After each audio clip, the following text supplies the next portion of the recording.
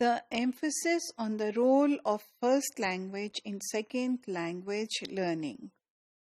Now, to sum up the article, by looking at the socio-cultural theoretical perspective, by engaging with the language awareness pedagogical theory, actually comes to this conclusion that the role of the L1 or the first language of the learners in the second language learning is to be emphasized because it is helpful. So you have Bates and Winnie, for instance, who say that L1 or the first language actually initiates cross-cultural comparisons. It allows them a step on which they can stand and reach out for the second language. So it bridges the gap between the two languages. It allows them to see that they are not learning some alien codes which operate at a different level and which do not have any connotations.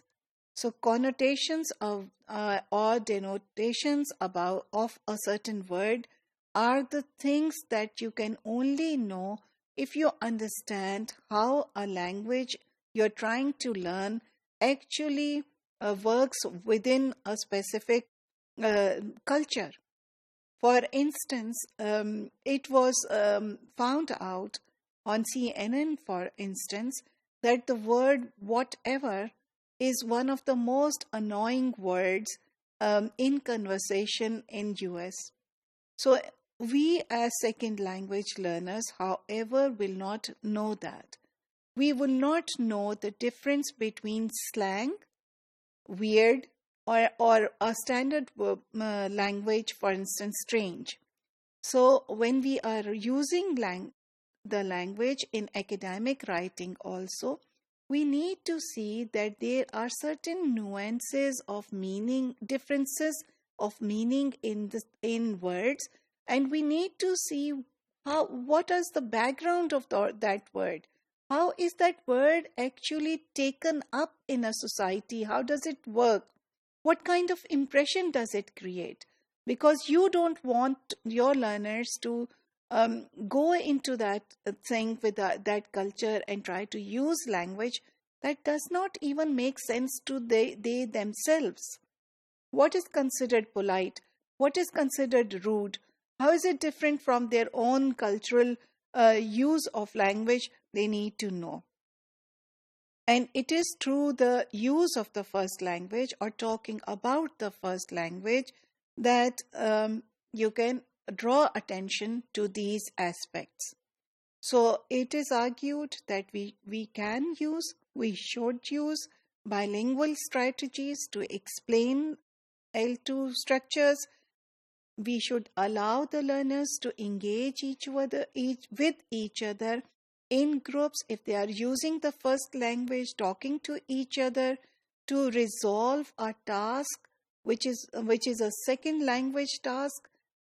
We should allow the use of the first language so that they can engage with the learning task freely. We need to see as teachers what is the goal of the task we ask the learners to engage in. If the goal is fluency, then we should emphasize only on the use of L2 and not even correct their mistakes.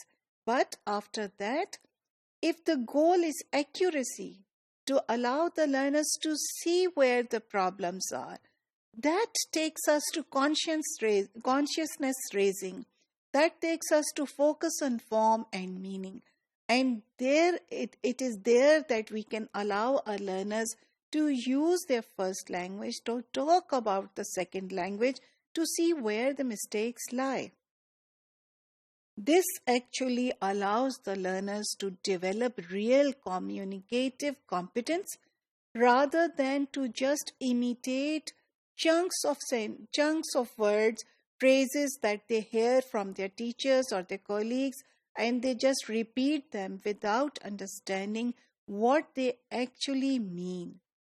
So rather than a facade of academic teaching or academically teaching them a second language, by forcing them not to use the first language at all, first language learning needs to be given some role in the second language.